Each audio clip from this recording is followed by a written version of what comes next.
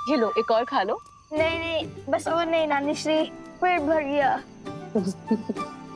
ठीक है, मत खाओ।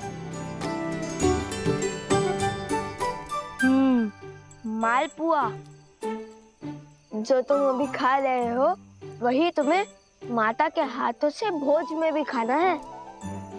और क्या ज्ञात तो है कि नानी श्री के हाथ में अधिक स्वाद है या उनकी पुत्री हमारी बड़ी माता श्री के हाथ में?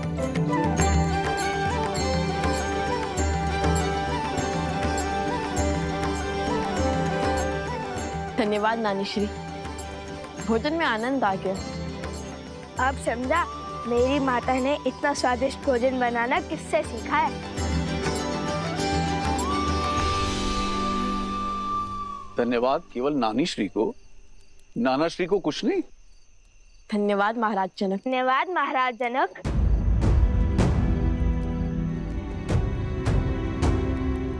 पुनः महाराज जनक, एक बार नाना श्री तो बोल दो। जब आपने हमारी माता को अपनी पुत्री नहीं माना, तो हम आपको अपने नाना कैसे मान ले?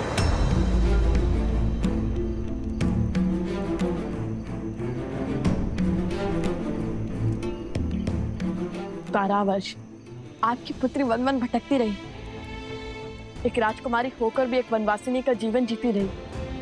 आपने उनकी सुध तक ना ली, उनसे मिले नहीं कि वो कैसी है, किस अवस्था में है, कहाँ है, कुछ भी जानने का प्रयास तक नहीं किया आपने। छोटी माता श्री से ज्ञात हुआ कि नानी श्री अस्वस्थ थी। यदि वो चाहती तो यूं माता को खोज निकालती, किंतु आप मिथिला नरेश होकर भी चूक गए। क्षमा कीजिए महाराज, हमारी मंशा आपका अपमान करना नहीं था, बल्कि हमारी मंशा तो हमारे मन में उत्पन्न हुए प्रश्न का उत्तर पाना था। वो संदेह जो हमारे मन में अभी अभी उत्पन्न हुआ, और न जाने प्रश्न हमारी माता के मन में कब से कचोट रहा होगा उन्हें, कि जिन माता पिता ने उन्हें इतना स्नेह दिया, वो उन्हें अकस्मात ऐसे भूल क्यों गए, और क्यों अयोध्या की भांति मिथिला ने भी उनसे मुख मोड़ लिया।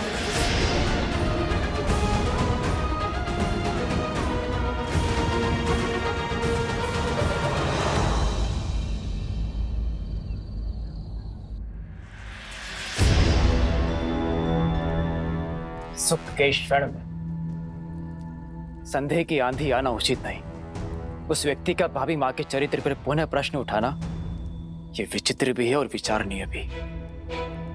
राज अनुज लक्ष्मण ने उचित किया उस पापी के साथ।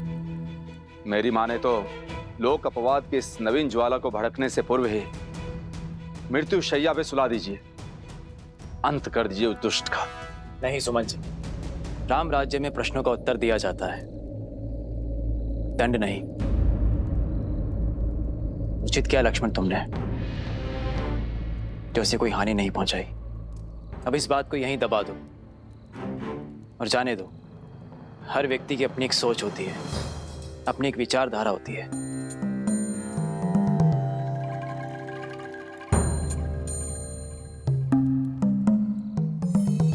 जब संपूर्ण अयोध्या ही महोत्सव के रंग में रंगी है, तो हमें चिंता करने की कोई आवश्यकता नहीं। महोत्सव की तैयारियां जैसे चल रही है, चलने दो। और हाँ, ये बात भैया तक ना पहुंचे, अन्यथा उन्हें बहुत कष्ट होगा। इतने वर्षों के बाद उनके जीवन में सुख लौट के आया है, और ये सुख दुख में परिवर्तित नहीं होना चाहिए।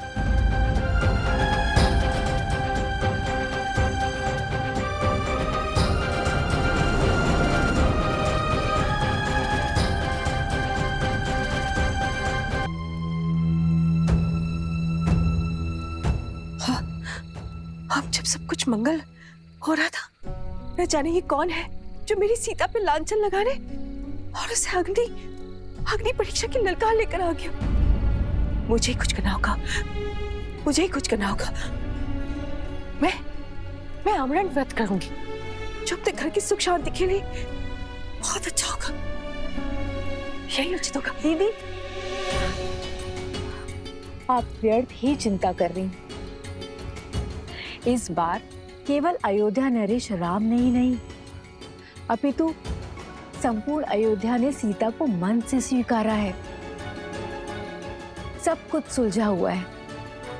फिर आप अपने मन को क्यों उलझा रही हैं दीदी? देखिए ना, कैसे पूरी अयोध्या उत्सव की तैयारी में लीन है।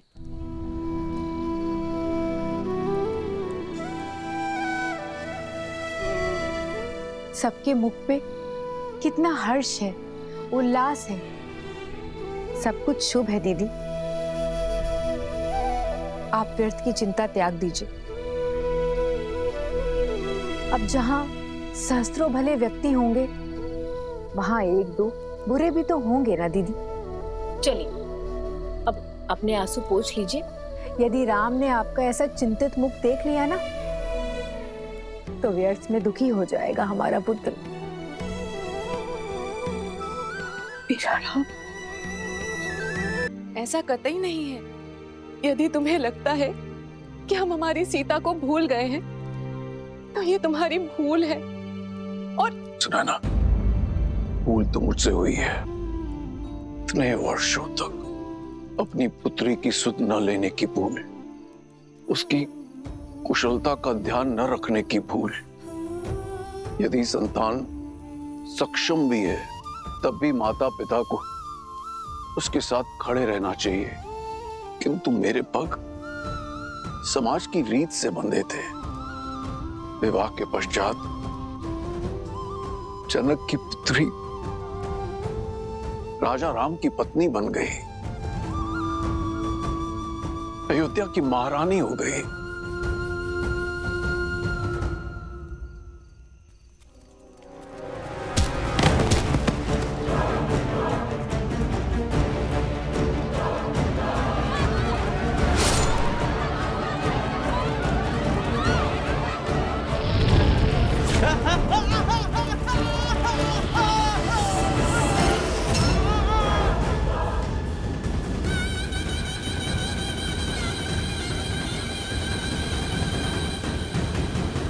हमारा राज्य राजा राम के अधीन ही तो है।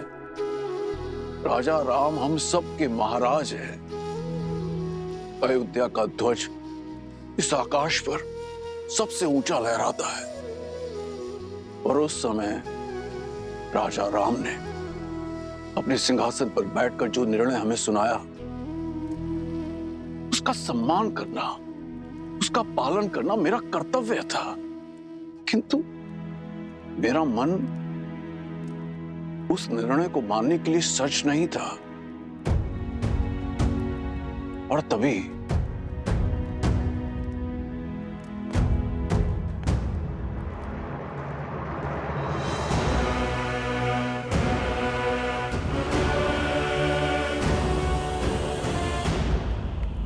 पुत्री सीता ने मुझे यह पत्र भेजा था, जो उसने अयोध्या छोड़ते समय लिखा था। इसमें उसने मुझे उसे ढूंढने से मना किया था। यह भी लिखा है कि यह निर्णय उसका अपना है और मैं अपने राजा श्री राम राज्य की कल्पना के विरुद्ध ना जाऊं। मुझे स्वयं पर जितनी गिलानी है, उससे कहीं अधिक अपनी पुत्री सीता पर गर्व है। उसने जो कुछ भी किया समाज कल्याण के लिए किया। मेरे हाथ बांधकर उसने समाज के हर पुरुष को स्त्रियों के विरुद्ध विकट विचारों से मुक्त कर दिया। मैं अपनी भूल स्वीकारता हूं। एक पिता होकर भी मैं अपनी पुत्री को ढूंढ न सका, उसके कष्ट ना हर सका। और इस कारण मैं तुम दोनों का अपराधी भी हूं। मुझे क्षमा कर दो, क्षमा कर दो मुझे।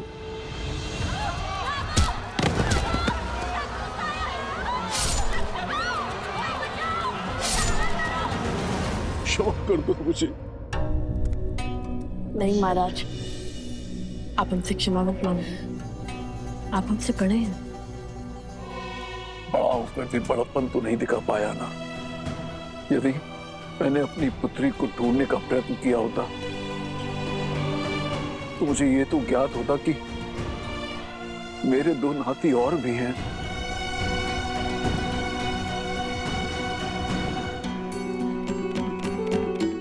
यदि हमारी बातों ने आपका हृदय आहत किया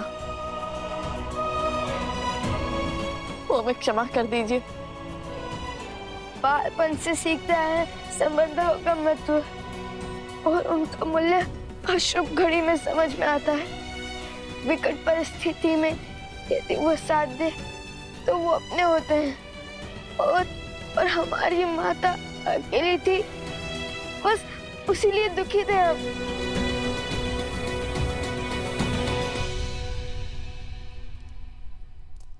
आंसू पोछिए नाना श्री।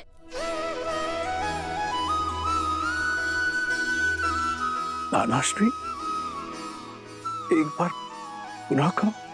अपने आंसू पोछिए। अपने आंसू पोछिए नाना श्री। जब अपनी पुत्री सीता से मिलूंगा तो एक राजा नहीं, अपितु पिता होने के नाते उससे क्षमा अवश्य मांगूंगा।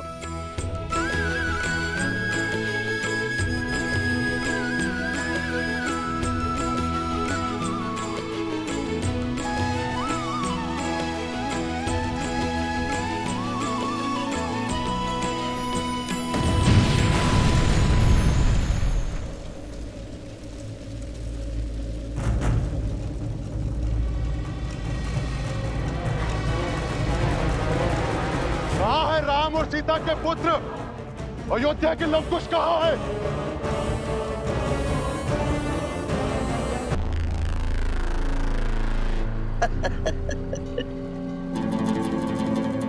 कहने को श्री राम की परछाई, श्री राम, और अपनी प्रजा के प्रश्न का उत्तर नहीं दे पाए। बताइए, अयोध्या में चल रहा ये महोत्सव, ये उत्साह, सब स्वांग है, स्वांग। कैसा स्वांग? हमारे भोले भाले मन को छलने का स्वांग, हमारे विश्वास को तार तार कर देने का प्रयास। हम भी कितने मूर्ख हैं, नहीं? अच्छा, एक बात बताओ, सबसे पहले क्या हुआ? सबसे पहले वो दोनों लव और कुश यहाँ आए और रामायण के कुछ दोहे, कुछ श्लोक और कुछ गीत गाकर सबका मन मोह लिया। और फिर स्वयं को राम भक्त कहने वाले लवकुश ने अश्वमेध के अश्व को रोका, अपने बाणों से सबको मूर्छित किया, और तो और श्री राम से भी युद्ध किया। और सोचो, जिनसे रावण ना जीत पाया वो श्री राम लवकुश के सामने कुछ न कर सके। और फिर श्री राम ने अपने ही शत्रुओं को यहाँ यज्ञ में आमंत्रित किया। आपको महारानी सीता के दर्शन करने हैं ना? आइए यज्ञ स्थल पर। बात तो उचित है। और फिर जब अयोध्यावासी लवकुश के विरुद्ध हो गए, तब स्वयं हनुमान जी उन्हें बचा कर ले गए। और तभी हनुमान जी, श्री राम और लवकुश ने मिलकर एक षड्यंत्र रचा। उसी षड्यंत्र के अधीन यहां लवकुश ने सबसे पहले सभी स्त्रियों के भीतर प्रतिशोध की चिंगारी भड़काई।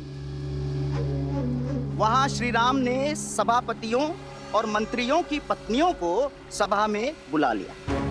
और इतना ही नहीं, लवकुश की उद्दंडता का समर्थन भी किया। और फिर लवकुश ने प्रजा के भावों के साथ खेलकर रामायण के स्थान पर सीतायन का गान आरंभ कर दिया और हमें बहलाकर ये सत्य प्रकट किया कि वो दोनों और कोई नहीं देवी सीता के पुत्र हैं। हम बह गए भावनाओं में, हैं? बह गए, करने लगे सीता को अयोध्या में लाने की विनती और बिना सोचे समझे अपनी पावन धरा को अपावन करने का प्रयास। उन्होंने ये स्वांग रचा ही इसलिए है कि देवी सीता अयोध्या लौट सके।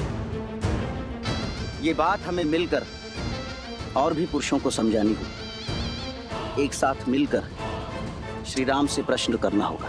किंतु कैसे? हमें तो कोई श्री राम के समीप भी जाने नहीं दे रहा। ये तुम मुझ पर छोड़ दो। उचित समय पे और उचित स्थान पर अयोध्या पुनः सिया राम से अवश्य प्रश्न करेगी।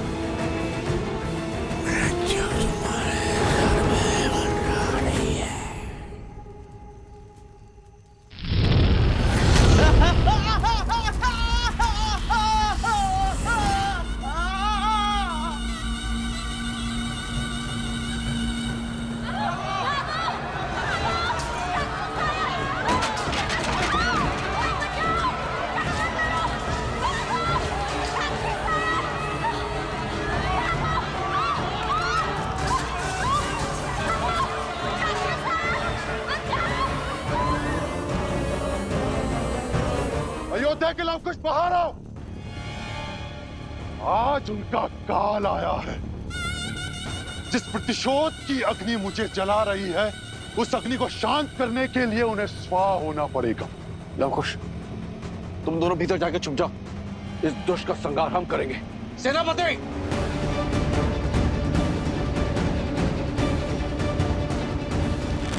नहीं नाना श्री, रघुकुल का नियम है कि जिसे ललकार मिले वही प्रहार का उत्तर देता है, और ये हमें पुकार रहा है। तो इसका भी सामना हम ही करेंगे। नहीं, मेरी सीता तो मुझसे दूर हो गई, पर उसके अंशों को दूर नहीं होने दूंगी। नहीं।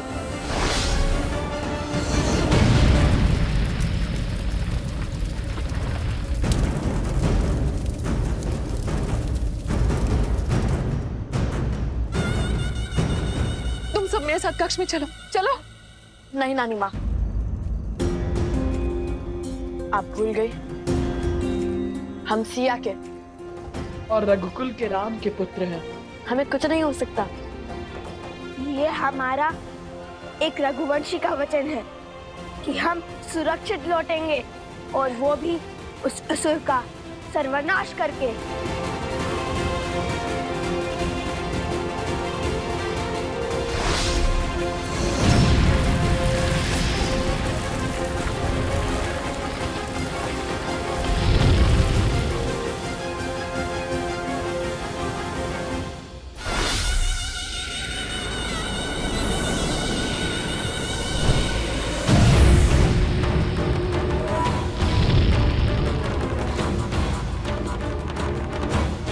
कहां छुप कर बैठे हो लवकुश? बाहर आओ।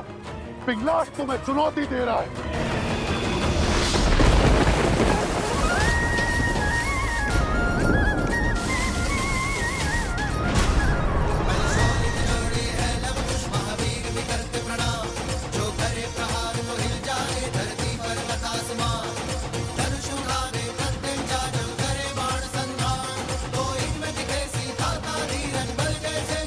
लवकुश तुम्हारे समक्ष है, हम पर प्रहार करो।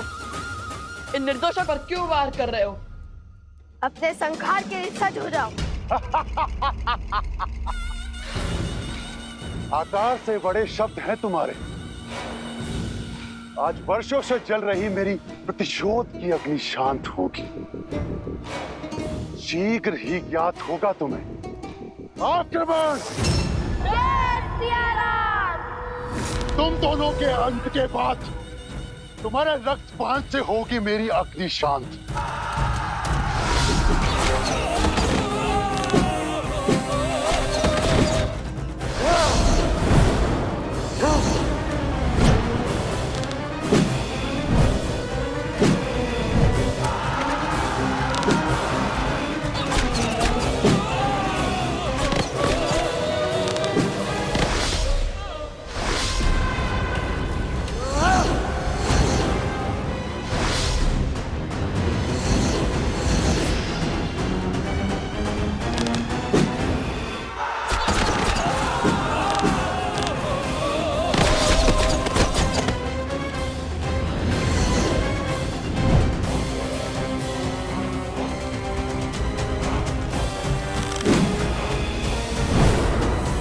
ये प्रतिशोध की कैसी अग्नि है पिंगलाक्ष, जिसमें तुम अपने ही लोगों को बलि चढ़ाए जा रहे हो? बताओ, इस अधर्म के भागी क्यों बन रहे हो? हमसे तुम्हारी क्या शत्रुता है? इससे पहले कि ये अग्नि तुम्हें ही भस्म कर दे, सबको छोड़कर प्रभु श्री राम के शरण में आ जाओ पिंगलाक्ष। बस! सेना हर ओर से आक्रमण करो, आगे बढ़ो।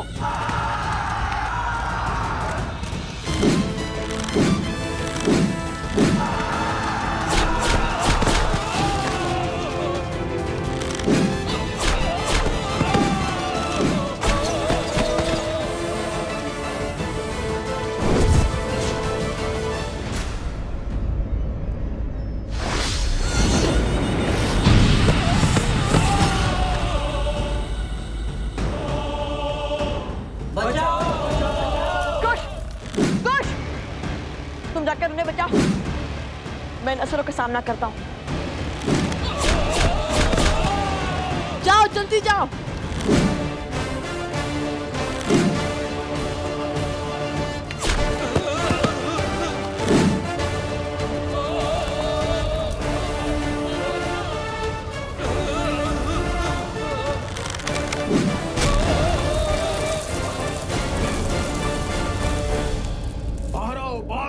सब लोग बाहर आइए, इस ओर चलिए। शीघ्र कीजिए सैनिकों, शीघ्र कीजिए।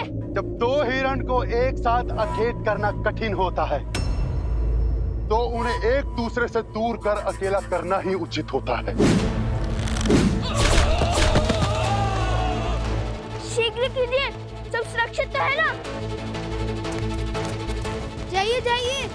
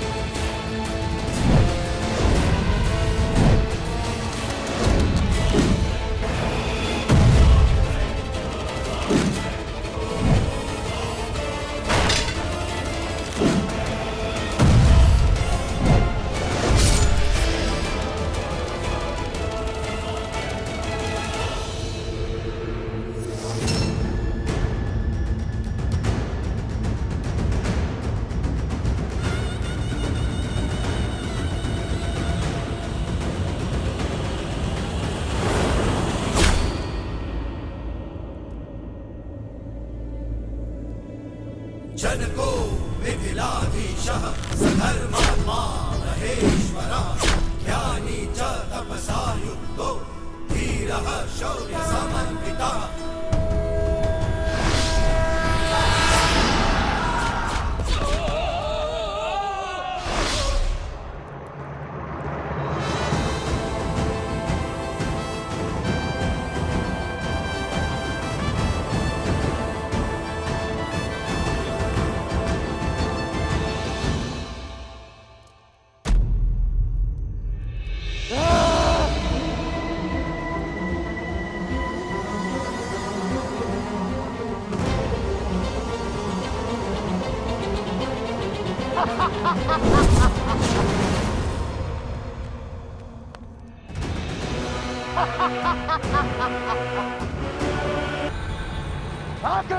सावधान असुर।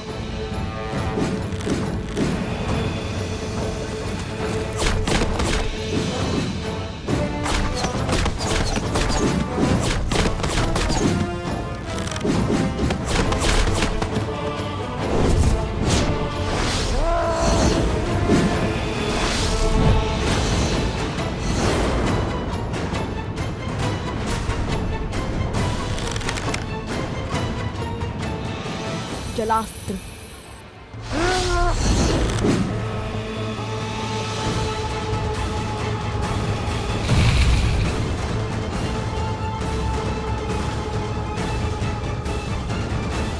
जलास्त्र। जलास्त्र।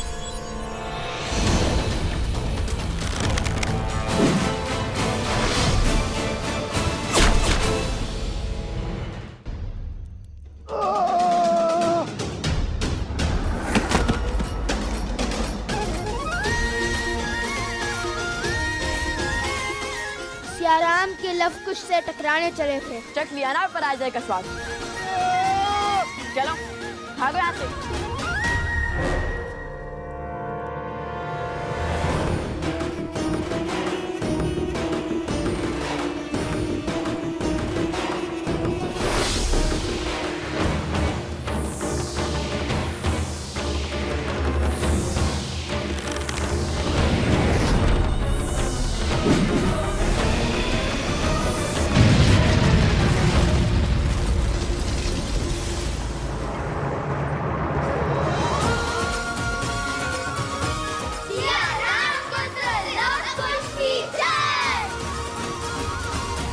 कौन था ये? और भला हमें क्यों मारना चाहता? और वो भी तब जब माता पुनः अयोध्या लौट रही है।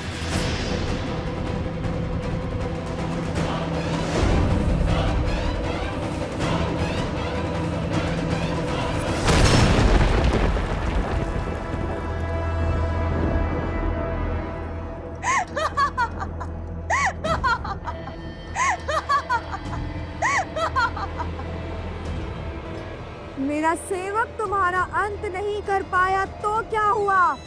मैं शूर्पणखा करूंगी तुम्हारा अंत।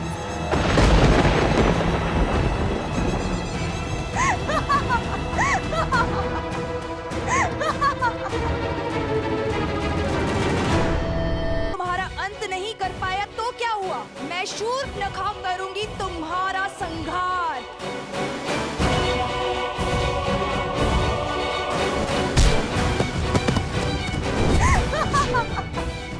लो कुश, जानती हूँ कि हर माया की काट खोजने में सक्षम हो तुम दोनों।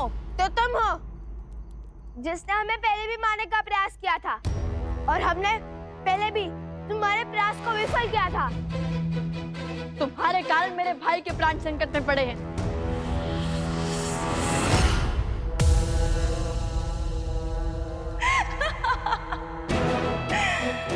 उस समय तो केवल प्राण संकट में पड़े थे, परंतु आज तो पखेरु हो जाएंगे, तुम्हारे भी और तुम्हारे भाई के भी। आज साम दाम दंड भेद सारी युक्तियां लगाकर, सारी शक्तियां लगाकर रघुवंश के कल और कुल का अध्याय ही समाप्त कर दूंगी मैं।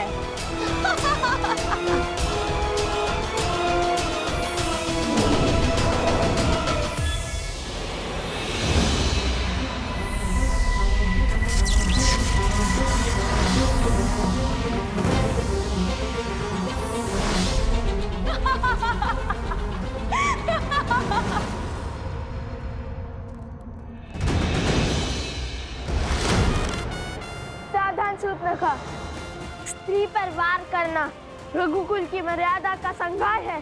रोक दो ये दुस्साहस, अन्यथा कहीं हमें भी काका श्री लक्ष्मण की भांति उनके पद चिन्ह पर न चलना पड़ जाए। उदंडी बालक,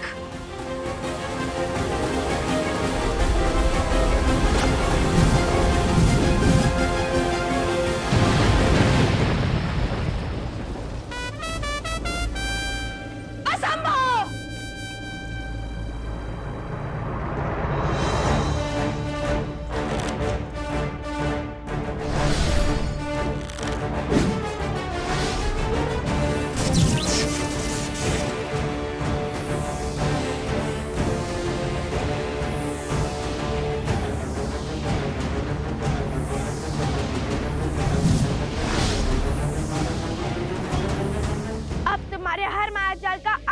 शूर्पणखा, अब तुम कोई खेल नहीं खेल सकती, कोई स्वाद नहीं रच सकती।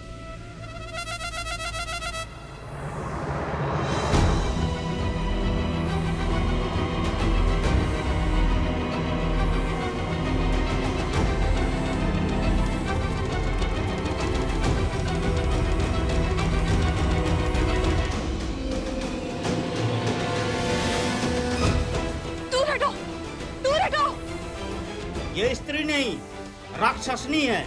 इसका वध इसी क्षण होना चाहिए। मारो इसे। अरे सिया राम के वियोग का कारण भी तो यही है। मारो इसे।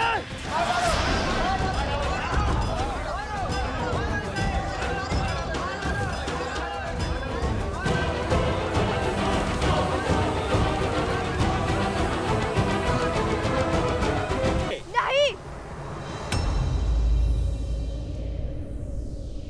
माना कि एक राक्षसी है, किंतु है तो एक स्त्री ही ना, एक माता ही ना। धरती पर प्राण देने वाली स्त्री का मन कोमल होता है, उसका मन सबसे विशाल होता है, जो स्वयं असहनीय पीड़ा सहकर अपने संतान को जीवन दान देती है।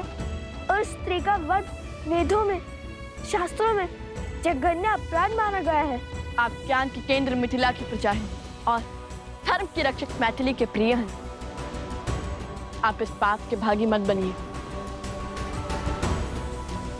और मेरी मानिए, इसे जाने दीजिए। महाराज जनक की पावन धरा पर एक स्त्री का रक्त बहाना शुभ नहीं होगा। लवकुश का कथन उचित है।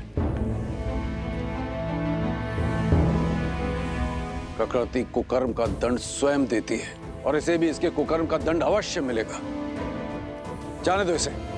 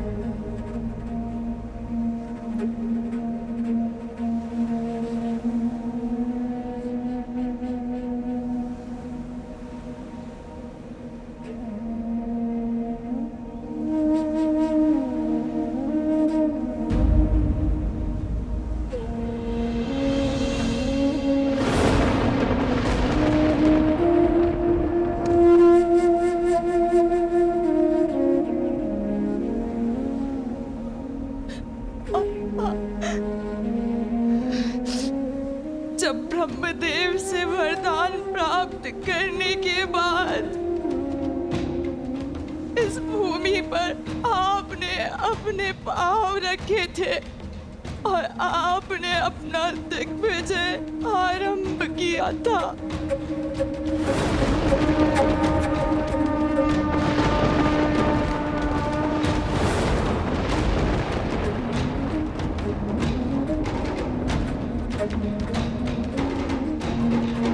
आप मेरे सुख के साथी बने भैया, और मैं आपके काल का कारण बन गई भैया, कारण बन गई। मेरी एक इच्छा की वजह से सब कुछ तबाह हो गया। मैंने अथक प्रयास किए, परंतु मैं जीत नहीं पाई। सत्य कहा था सीता ने कि राम और सीता को पृथक करना असंभव है, और जिसने भी चेष्टा की वो काल का ग्रास बन गया भैया।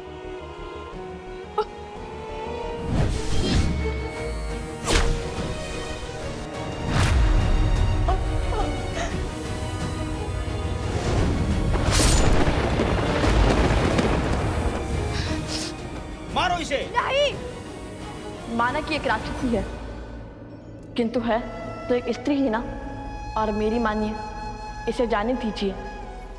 और आज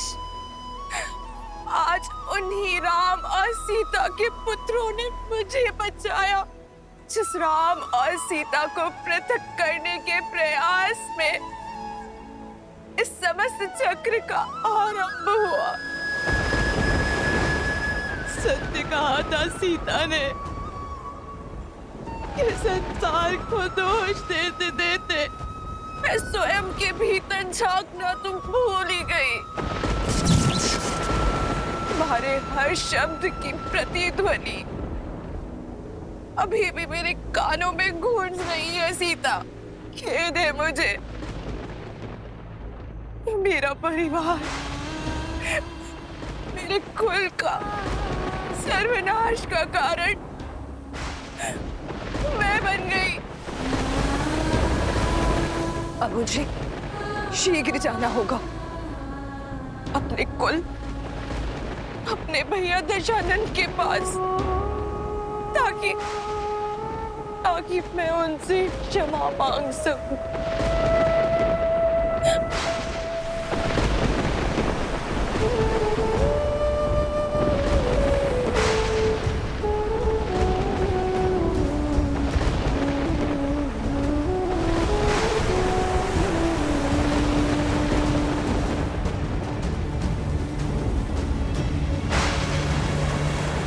जय श्री राम। भज मन राम नाम सुखदाई, भज मन राम नाम सुखदाई।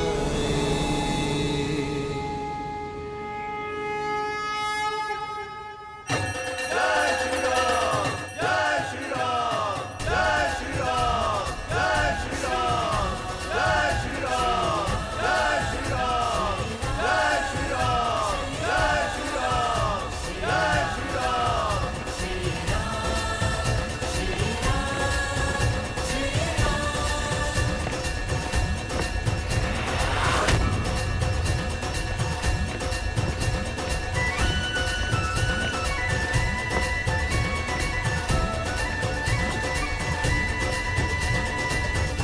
अब तो देवी सीता के लिए महारानी के राजवस्त्र और मुकुट भी जा रहा है। अब तो अपनी योजना बताओ। अनेक और धीरज रखो मित्र, कुछ ही क्षणों में उचित समय हमारे समक्ष होगा।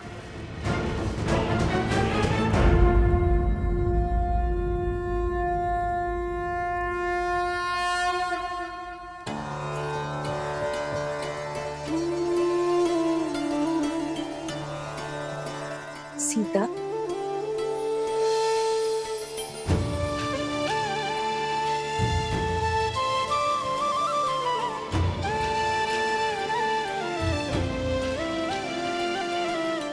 माता,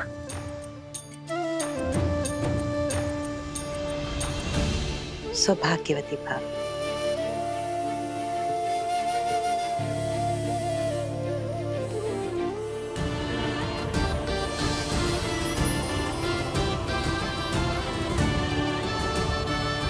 संपूर्ण अयोध्या अपनी महारानी सीता को देखने के लिए आतुर है।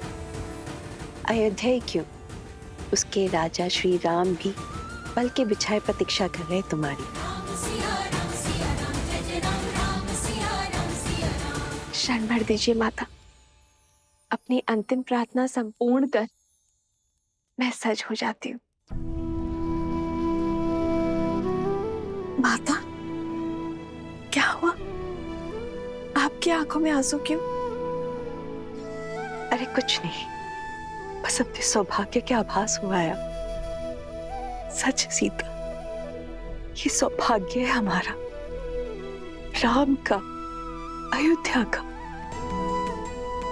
कि तुम हमें मिली। प्रजा के लिए महारानी माता समान होती है। अब पुनः अयोध्या को अनाथ करके मत जाना सीता।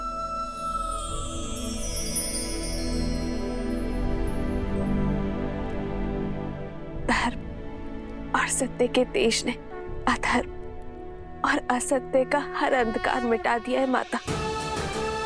अब मैं भला इस पावन नगर और अपनी प्रजा से पृथक कैसे हो सकती हूँ? आप अपने मन का हर सत्य, हर चिंता त्याग दीजिए। राजकुमारों के साथ साथ रात्रि में